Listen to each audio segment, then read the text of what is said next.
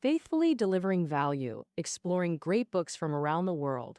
Hi, this is Sally Book Talk. Today, we're interpreting the book, The Streaming Era, subtitle, The Future of New Media in the Entertainment Industry.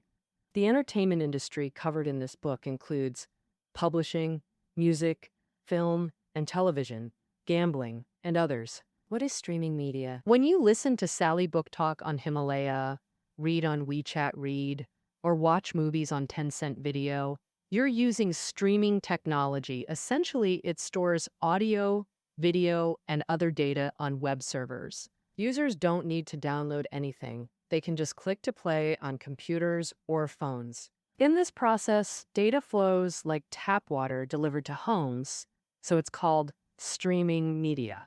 When the entertainment industry enters the streaming era, what changes have happened? You no longer worry about missing TV shows.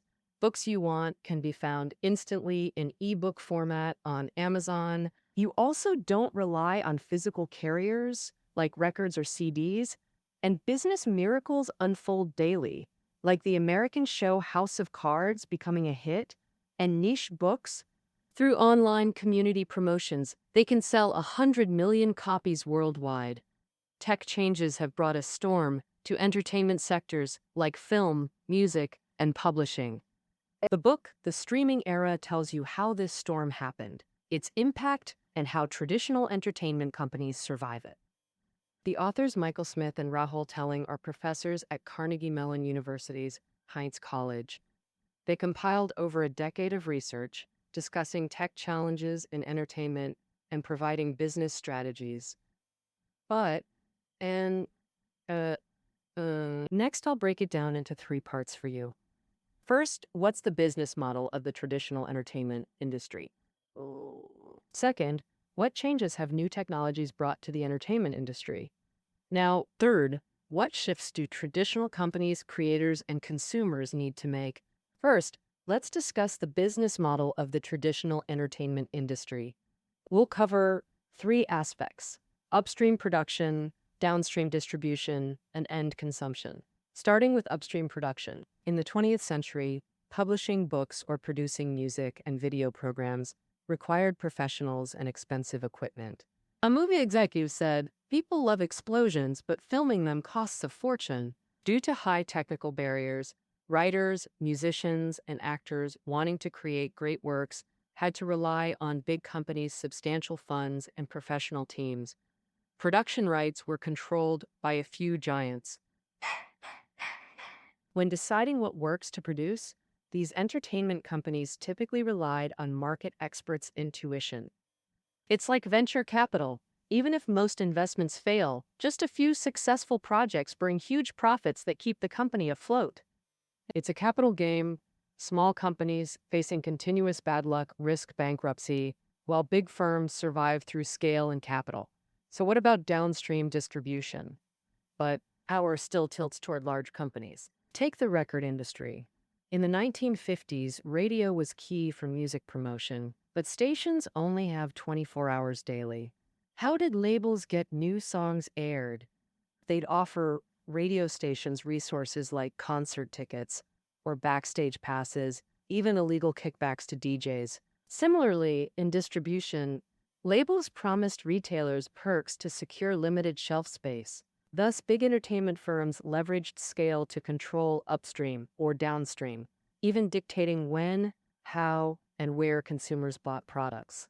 How did they manage that? It relates to entertainment products' unique nature. Take publishing. For years, it used a standard marketing strategy. For one book, release a premium hardcover first, then 9 to 12 months later, a cheaper paperback. Why release two versions? To maximize profits, companies need complex strategies capturing both high and low-value consumers. First, let's define high and low-value consumers. A book's value varies significantly among different consumers. Loyal fans willing to pay top dollar, they're high-value consumers. Ordinary people are only willing to pay relatively low prices, so they're categorized as low-value consumers. Publishers wanting to extract maximum profits must persuade high-value consumers to buy at high prices while ensuring low-value consumers can purchase the book for less. This requires employing price discrimination strategies to produce different versions and set varied prices for consumers.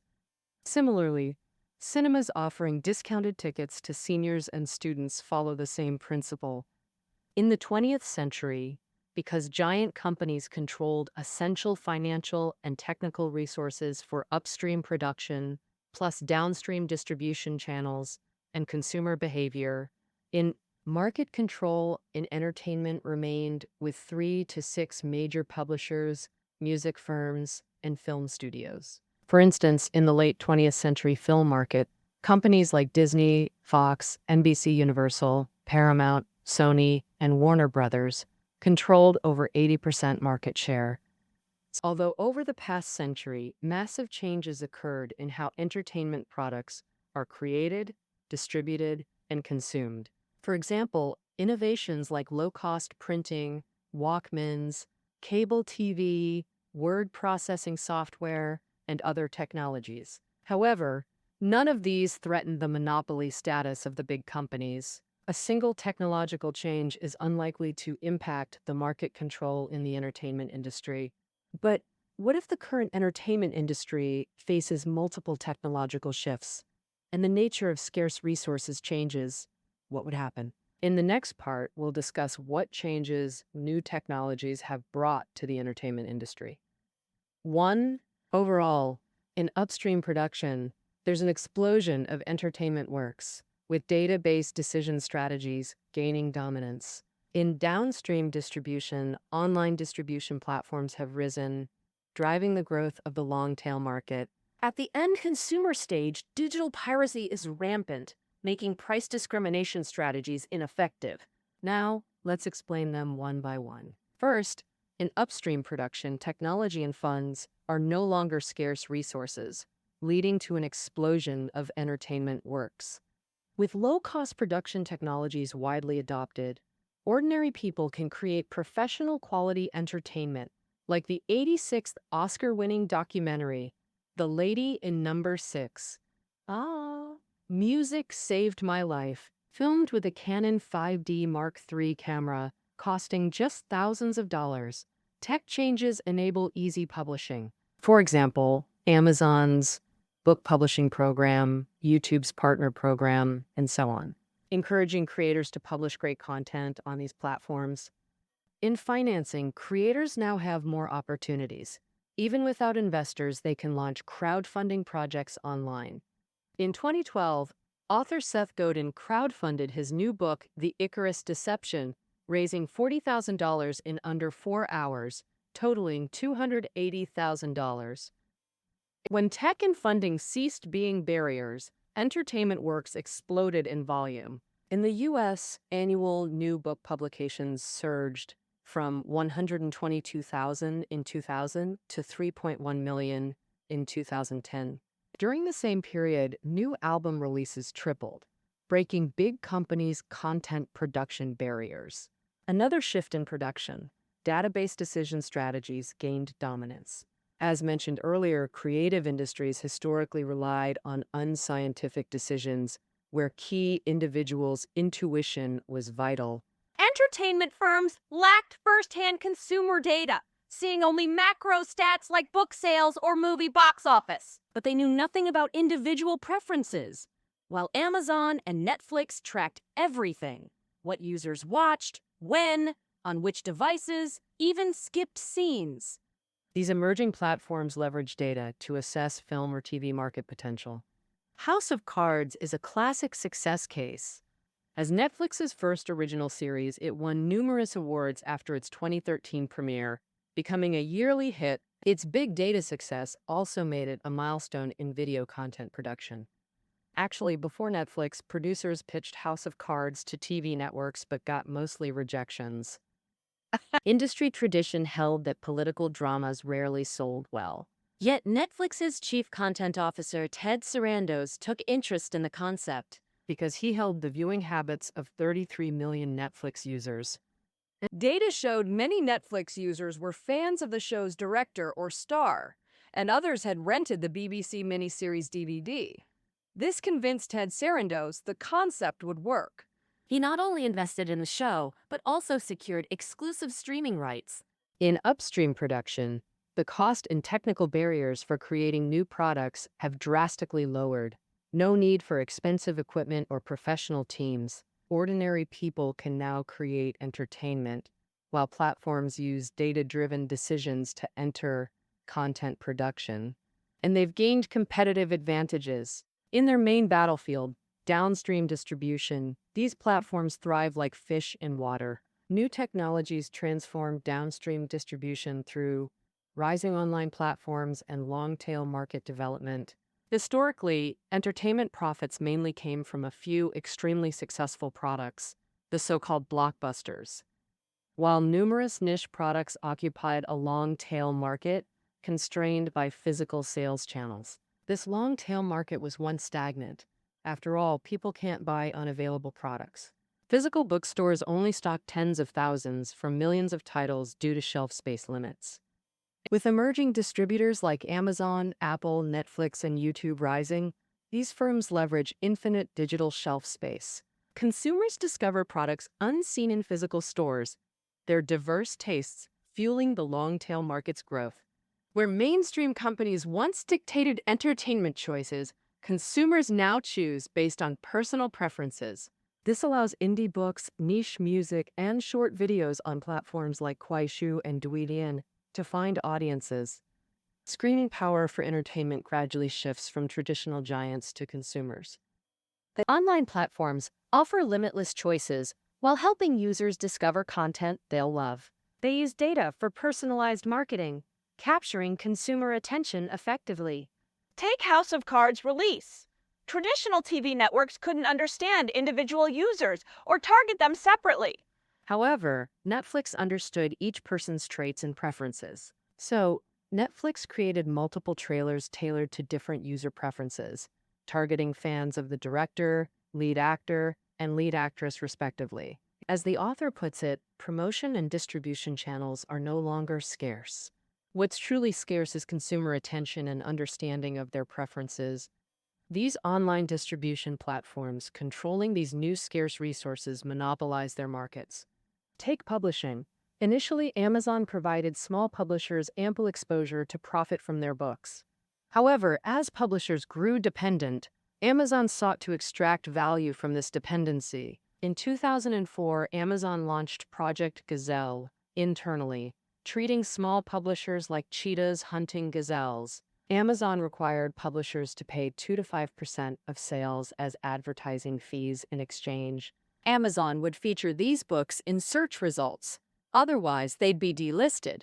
Publishers feared Amazon's abandonment most, forcing them to comply. Large publishers, record labels, and studios once maintained control through entry barriers and economies of scale. Now the power balance has shattered. Online sales surpass physical markets across books, music, and film, shifting control to digital platforms. The final change occurs at consumption. Rampant digital piracy has invalidated price discrimination strategies. Previously, physical goods like records, movies, discs, and books required costly, slow duplication for piracy with distribution restrictions. Piracy's impact on entertainment was thus limited. But with mobile tech breakthroughs and internet growth, producing and distributing digital files became effortless and nearly free, making piracy ubiquitous. Price discrimination, once content sales' most effective strategy, became obsolete in the digital age. Viewers wanting a show have three choices: watch immediately, wait days, or third, watch pirated versions, clearly the most attractive option. So how do we eliminate digital piracy? This problem has no solution. As long as entertainment can be digitized, people will find ways to copy and share files, making anti-piracy efforts. It's like an endless whack-a-mole game. Eliminating piracy is impossible. All we can do is compete with it. Netflix adopted a completely different anti-piracy strategy with House of Cards, improving convenience for legal viewing. Netflix's business model sells on-demand platform access. Users just subscribe to Netflix, like familiar video site memberships, and can freely watch shows. Compared to pirated sources, Netflix offers better UX, fair pricing, and avoids legal or moral risks. This new business model delivers higher value to consumers. Unlike previous price discrimination strategies, price discrimination relies on making products less appealing so only low-value consumers buy them. Netflix, customer-centric. Netflix abandoned this customer-frustrating approach, focusing instead on accessible content and superior service. Thus, Netflix defeated digital piracy. By 2015, Netflix accounted for 36.5% of North America's internet traffic. While BT download traffic fell to 6.3%. We've covered tech-driven changes. Upstream production saw explosive content growth and data-driven decisions. Downstream distribution witnessed online platform rise and long-tail market development. And at consumption, digital piracy invalidated price discrimination. These factors collectively shifted market power from upstream producers to downstream distribution platforms. Facing giants like Amazon and Netflix, how should entertainment companies, creators, and consumers adapt? In Part 3, we'll offer actionable suggestions. First suggestion: entertainment companies must build direct consumer relationships and base decisions on data. The author cites an example from the gambling industry. In the 1970s and 80s, Harrah's was the first U.S. casino chain with global operations. But by 2000, the gambling landscape shifted quietly.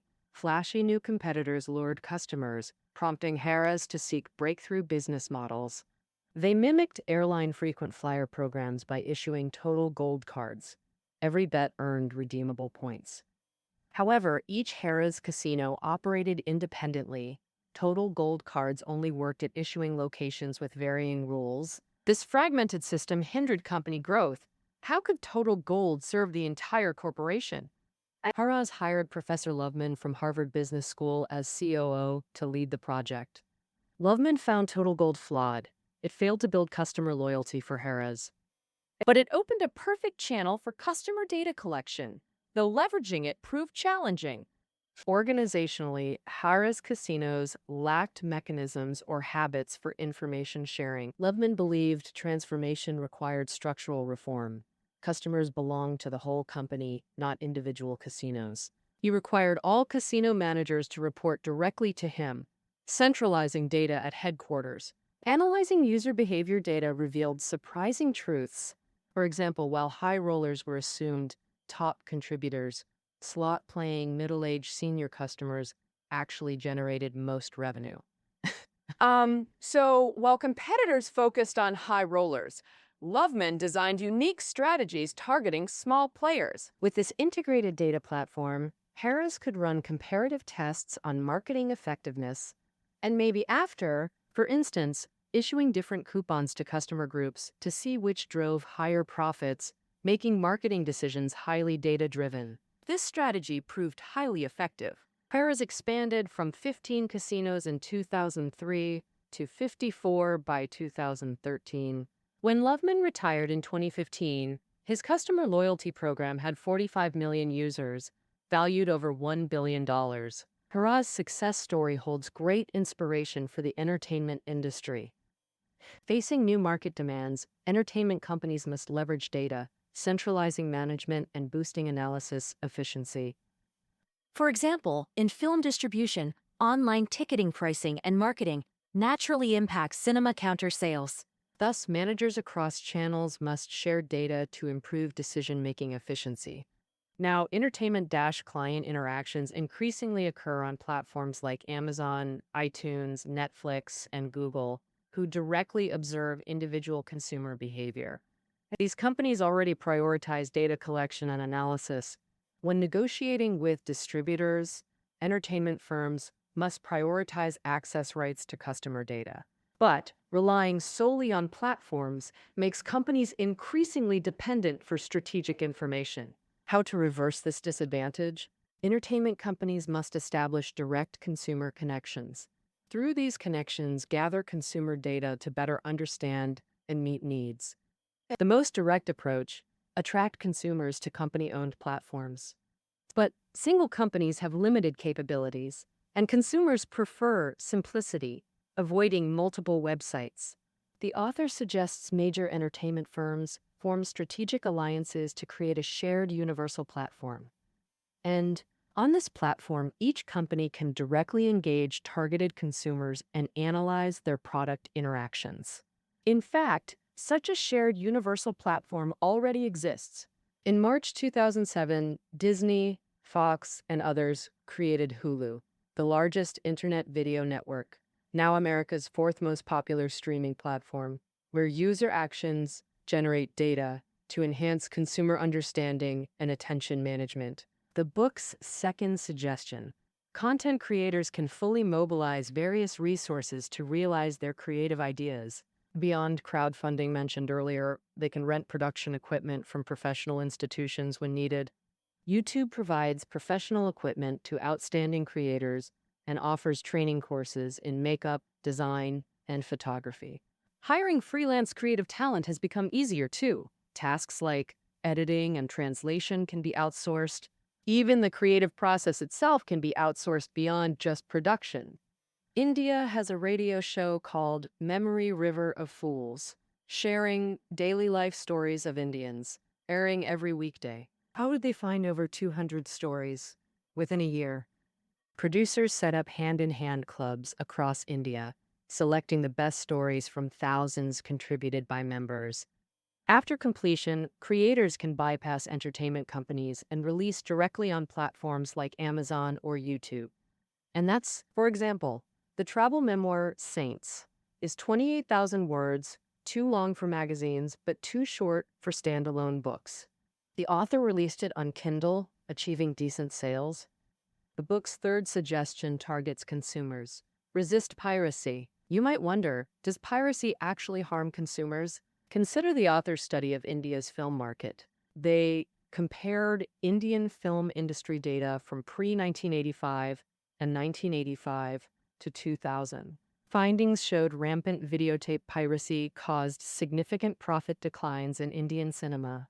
That result wasn't surprising, but another finding was unexpected. Post-1985, Indian film releases dropped notably, and quality declined significantly. Piracy reduced entertainment companies' ROI, affecting their investment in new works. Long-term, this inevitably harms consumers' interests, as consumers, to see richer and more exciting works, start by resisting piracy. That's the main content of the streaming era. Let's revisit. In the 20th century, major entertainment companies leveraged economies of scale, controlling essential technical financial resources for upstream creation and downstream promotion distribution channels. It's when the streaming era arrived, upstream production saw tech-driven, explosive content growth, with platforms developing data-based decision models. In downstream distribution, online platforms gained massive customer bases and significant market power. Shelf space and promotional capabilities ceased being scarce resources, allowing the long-tail market to rise. At end consumption, digital piracy eroded profits from price discrimination strategies for entertainment products. These changes gave platforms like Amazon, Netflix, and iTunes crucial advantages, making them new entertainment giants. Finally, for entertainment companies to keep creating value in the streaming era, they must build direct consumer connections and prioritize data-driven decisions. Creators need to actively mobilize resources, while consumers must resist piracy to maintain market order and get better content.